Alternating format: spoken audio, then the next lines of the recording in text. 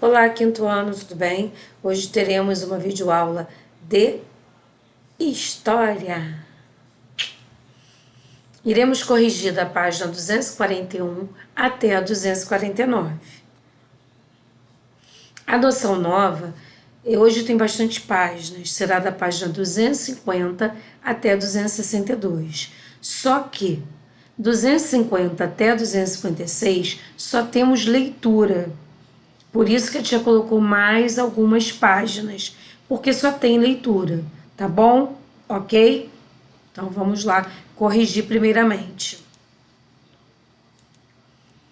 Vamos corrigir, passar aqui, né? Aqui, na 243. Assinale V para verdadeiro e F para falso. Ficou F, V, V, F. A função do obelisco do Ibirapuera é de marco da memória e de mausoléu. Vem o super desafio, que eu vou olhar de vocês, tá? Quando a gente retornar. E vem as atividades finais. Número 1, mesma coisa. Assinale V para verdadeiro e F para falso. Ficou V, V, V, F. 2. A maioria dos marcos de memória não possui utilidade prática. Não serve para produzir ou comercializar mercadorias, nem para prestar serviços. Mesmo assim, os marcos de memória são importantes. Na sua opinião, como seria uma sociedade em que não houvesse marcos da memória? É uma resposta pessoal, mas eu vou falar um pouquinho. Marcos da memória é uma maneira de conservar experiências coletivas, né, daquela cidade, daquele país, né, daquele estado. Então é importante, mas é uma resposta pessoal. 3. Considerando os objetos de memória individuais e objetos de memória coletivos, podemos dizer que tanto os objetos de memória individuais quanto os coletivos podem ter sido utilizados por uma ou mais pessoas antes de se tornarem objetos de memória. Então, marcar o terceiro parêntese. A memória coletiva diz respeito a uma experiência comum a um determinado grupo de pessoas. Segundo parêntese. Considerando os marcos de memória, podemos dizer que a diferença entre os marcos de memória construídos e os reaproveitados é, último parêntese. Algumas redes sociais notificam seus usuários para lembrá-los de postagens realizadas no passado. Qual é o critério utilizado para notificar os usuários? Esse critério leva em consideração o momento em que o usuário se encontra. O critério utilizado é o aniversário da postagem, né? Fotos, textos. Esse critério leva em consideração o momento em que o usuário se encontra. Não leva em consideração o momento que o usuário se encontra. Ele simplesmente faz aniversário da postagem, né? Faz um ano, aí eles postam novamente. Rever fotos antigas postadas nas redes sociais ou álbuns de fotografias possui o mesmo objetivo. No entanto, há uma diferença entre receber as notificações das redes sociais e reabrir um álbum de fotografias. Qual é essa diferença? As redes sociais podem notificar seus usuários toda vez que uma postagem faz aniversário. Por outro lado, ninguém recebe uma notificação para reabrir um álbum de fotografias. Frequentemente, existe uma vontade em rever as antigas fotos de um álbum. 8. A memória coletiva e a história dizem respeito ao passado, mas não são a mesma coisa. Quais são as principais diferenças entre a memória coletiva e a produção do conhecimento histórico? As duas principais diferenças são o uso das fontes históricas e o rigor na produção do conhecimento. Enquanto a memória coletiva dispensa a utilização de fontes históricas e não tem qualquer preocupação com rigor, a história é investigada somente por meio de fontes históricas e deve estar baseada no rigor. Então, vocês entendam as principais diferenças. Na memória coletiva, não precisa, eles não utilizam de fontes históricas, tá? E nem tem preocupação com o rigor daquilo ali ser uma grande verdade, de procurar, né?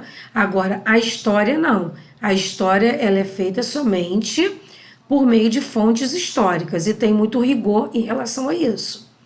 9. Letra A. A queda da Bastilha mencionada no texto foi um evento que fez parte de qual acontecimento histórico? A queda da Bastilha fez parte da Revolução Francesa. Considerando as formas de promover o esquecimento de determinados períodos históricos, o que significa a frase? Em termos de revolução, nada é mais poderoso do que a queda de símbolos. Como o próprio texto afirma, a Bastilha simbolizava a autoridade real do antigo regime. Além de ser uma prisão, a Bastilha era um marco de memória do antigo regime. Por esse motivo, a queda da Bastilha era a derrubada de um símbolo ou de um marco histórico do antigo regime, uma maneira de deixar claro que aquele período não se repetiria. Com a mudança de períodos históricos, vestígios do período anterior podem sofrer intervenções com o objetivo de que o passado não se repita. Quais são as duas formas de intervenção sobre esses vestígios estudadas nesse capítulo? As duas formas de intervenção são a destruição dos vestígios ou sua transformação.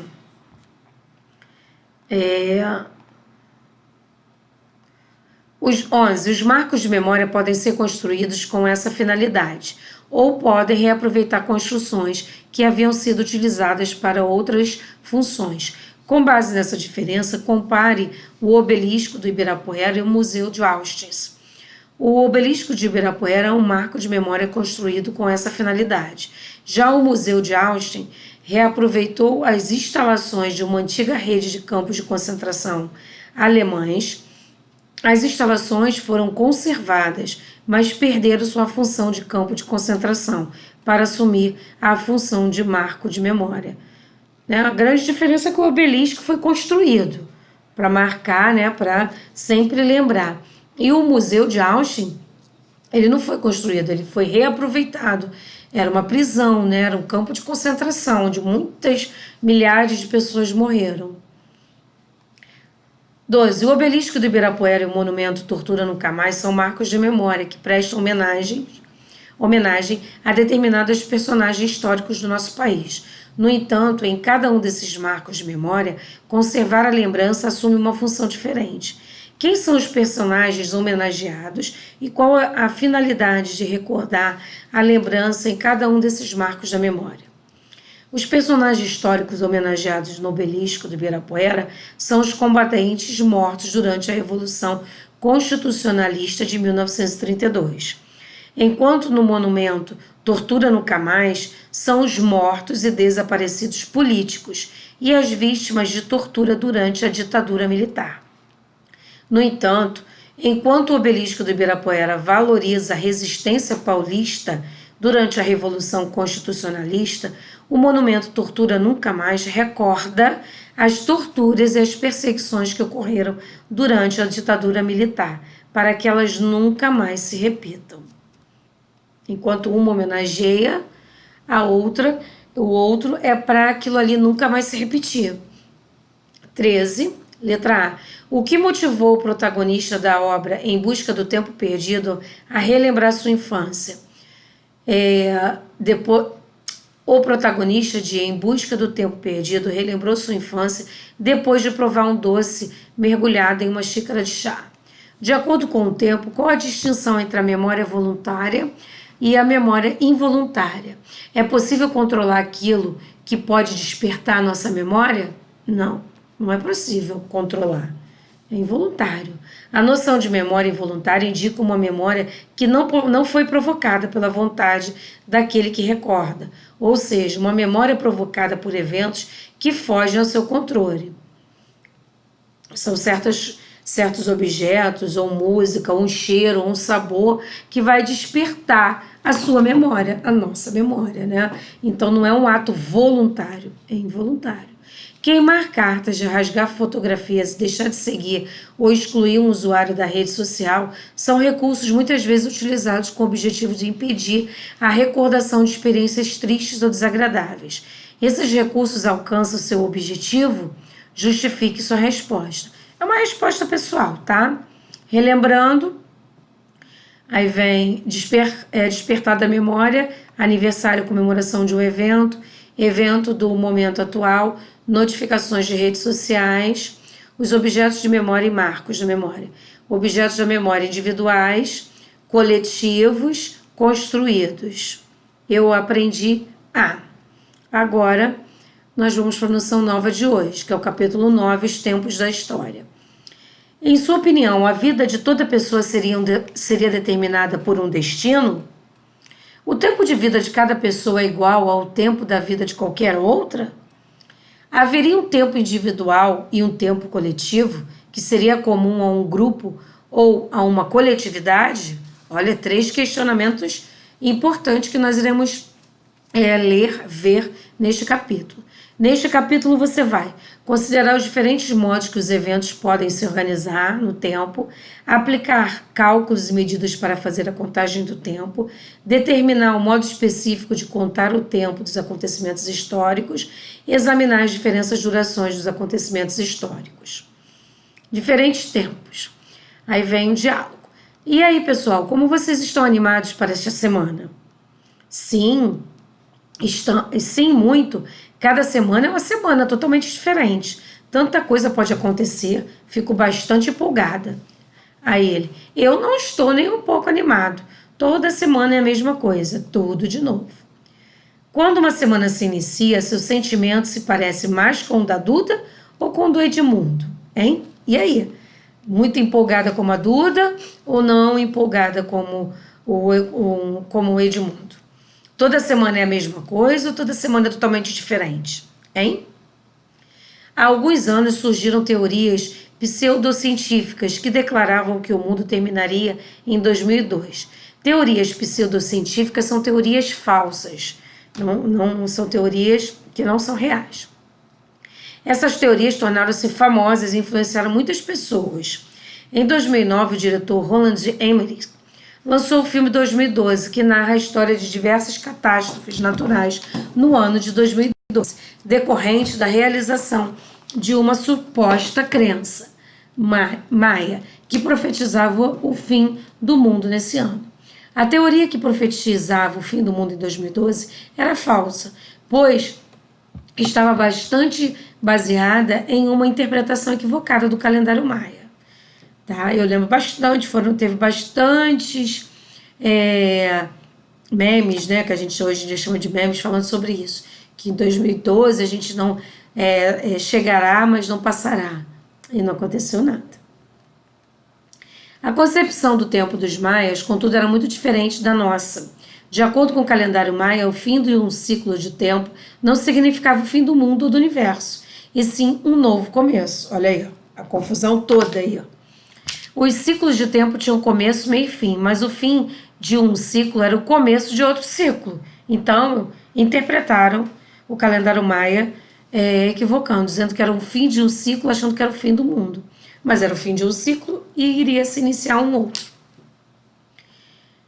Por isso dizemos que o calendário maia se baseia em ciclos, é cíclico. Essa compreensão de tempo, diferentemente do que possa parecer, não está tão distante de nosso dia a dia. Quando acordamos de manhã, sabemos que o dia irá amanhecer e entardecer. Logo em seguida irá anoitecer. Depois da noite, um novo dia. O dia e a noite alternam-se, formando um ciclo que se repete. Também reconhecemos o tempo cíclico na passagem das estações do ano. Primavera, verão, outono e inverno. E primavera. Depois de completado, inicia-se um novo ciclo das estações. E não para, né? Nós também vivemos por ciclo. A alternância do dia e da noite e a passagem das estações são fenômenos da natureza. O tempo da natureza é um tempo cíclico, desde a passagem das fases da Lua até o desenvolvimento dos organismos vivos. Um ciclo, né? Frequentemente, a organização dos eventos de nossa vida em uma sequência temporal tem o início, tem o meio e o fim. Diferentemente do tempo cíclico, o início e o fim não se encontram, pois os eventos estão organizados como se estivessem dispostos em uma linha reta. Por isso, nos baseamos no tempo linear.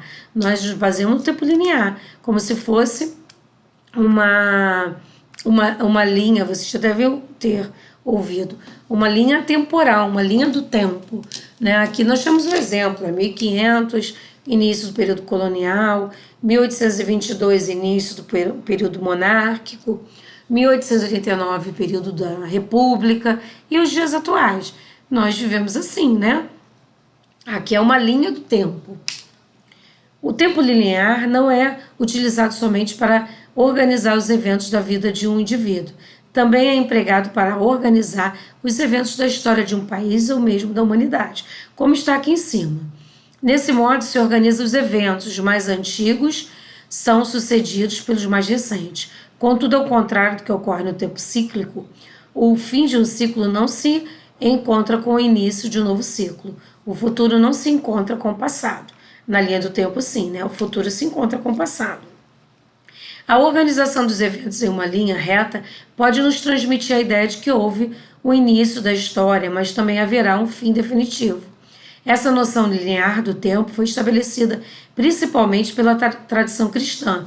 De acordo com essa tradição, o mundo teve início com a criação e terá fim no dia do juízo final. Aqui nós estamos vendo uma pintura sobre o dia do juízo final. A noção de um tempo linear também é utilizada por outras tradições religiosas, ou mesmo fora do contexto religioso. A maioria dos países do mundo, por exemplo, organiza os eventos históricos em sequência, do mais antigo para o mais recente, como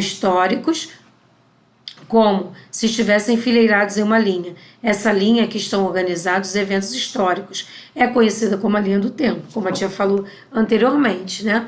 É a linha do tempo. Aí nós vamos ver aqui embaixo, para outras pessoas o tempo é linear, porque indicaria o declínio da humanidade. A noção de declínio indicaria haver uma piora na humanidade à medida que o tempo avançasse. Antes, o momento atual seria pior que os momentos passados, seria melhor que os momentos futuros.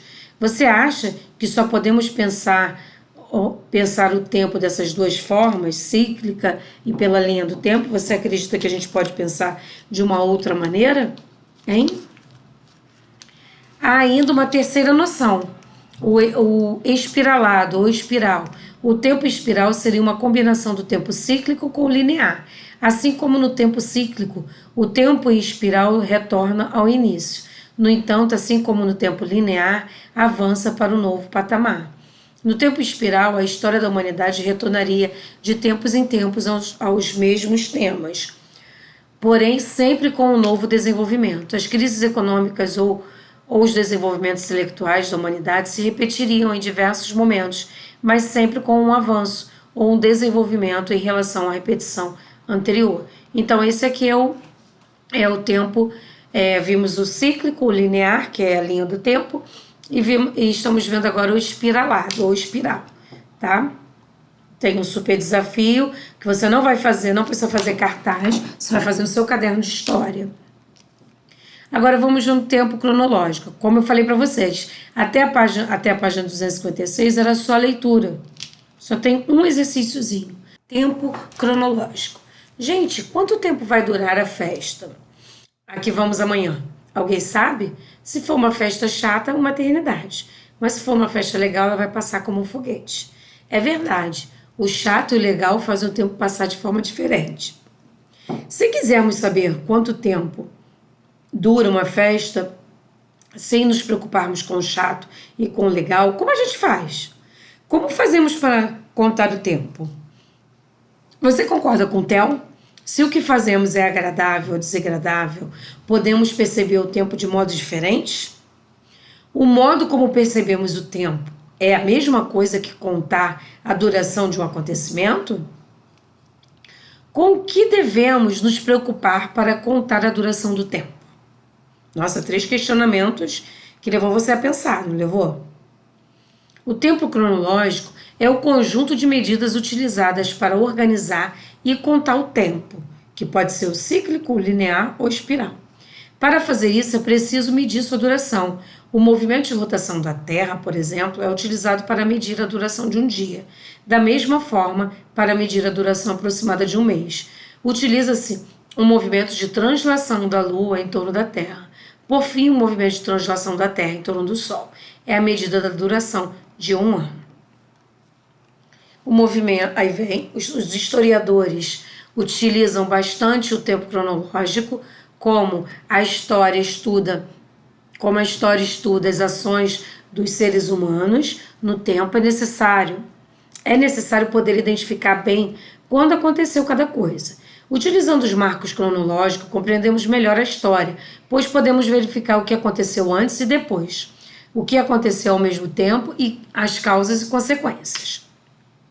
O dia, o mês e o ano são algumas das durações fundamentais do tempo cronológico.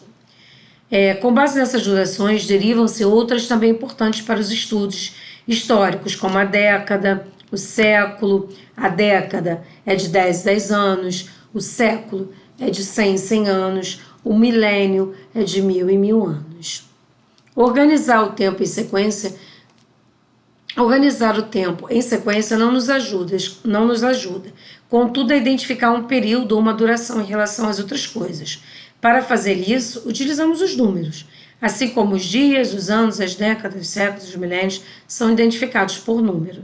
Aí vem aqui para a gente poder dar a noção. Década é o período de 10 anos. Se inicia com 0 e o fim termina com 9. Por exemplo, a década de 1980 vai de 1980 até 1989. Tá? Período anterior a Cristo, início, o ano que vai em 9, fim, o ano que termina em 0. Exemplo, a década de 170 a.C. vai de 179 até 170. Aí vem, para identificar o ano que se inicia com uma década, basta repetir o nome da década. Por exemplo, a década de 1430 começa no ano de 1430, o início.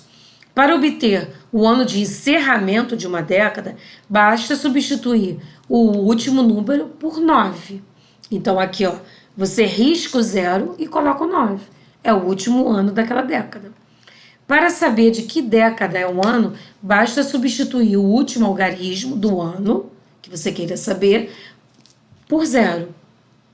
Então, eu quero saber o ano de 1789, qual é a década? Eu tiro o 9 e coloco o 0. É a década de 1780. Agora vamos ver o século. Século, como a tia falou, é o período de 100 em 100 anos. Se inicia no ano que termina em 01 e o fim é o ano que termina em 00. Por exemplo, século XIX vai de 1801, se inicia com 1, e termina com 00, vai até 1900. Aí vem o período anterior a Cristo, inicia com 00 e o fim 01.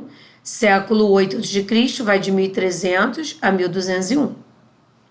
Para identificar o ano que se inicia o século, basta subtrair 1 do nome do século e acrescentar 01 à direita do número. Então, eu tiro 1 do século. O século é 12, que sempre vem em algarismo romano.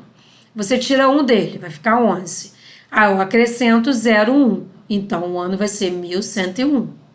São regrinhas que vocês vão ter que guardar. Para identificar o ano que termina um século, basta acrescentar 00 ao nome do século. Século 12. Eu quero identificar o ano que termina, eu boto 00. Então vai terminar em 1200.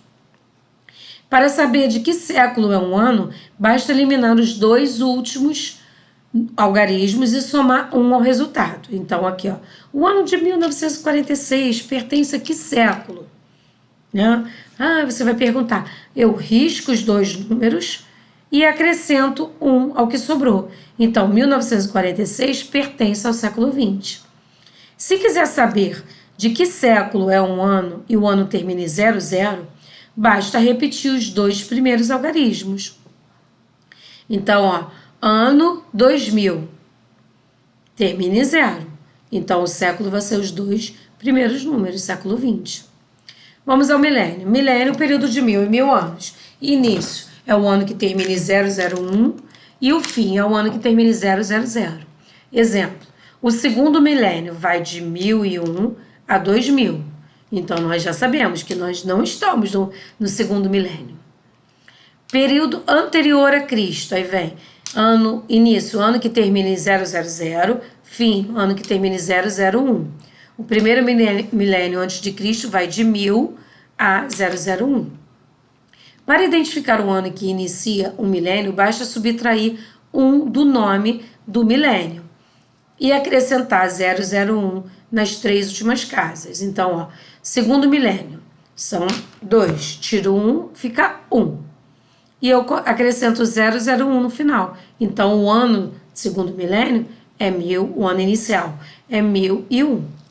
Para obter o ano de encerramento do milênio, basta acrescentar 000 no final. O segundo milênio, milênio 2, eu acrescento 3 zeros, é o ano final 2000. Para saber de que milênio é um ano, basta eliminar os 3 últimos algarismos e somar um ao resultado. Ano de 1500, eu quero saber qual é o milênio de ano de 1500. Eu risco os 3 últimos algarismos e somo um ao que sobrou. Então, 1500 pertence ao segundo milênio. Se quiser saber de que milênio é um ano e os 3 últimos algarismos do ano forem 000, basta repetir o primeiro algarismo. O ano 1000 faz parte do primeiro milênio. Aí na página 261 vem o resultado. Página 262 vem o exercício para vocês fazerem, tá bom? Façam com bastante calma, eu sei que são bastantes cálculos em história. História também tem matemática, tá? E vocês façam as atividades com bastante cuidadinho, tá bom? Beijo.